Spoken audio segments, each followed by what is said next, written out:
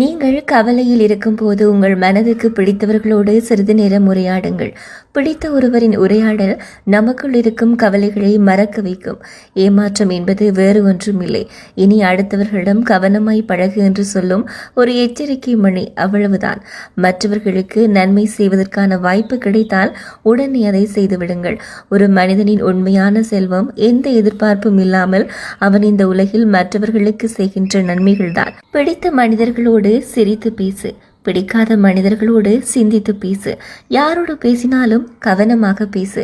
விடியும் வரை தெரியாது கண்டது கனவு என்று, பிரியும் வரை தெரியாது பாசம் எவ்வளவு ஆழமானது என்று.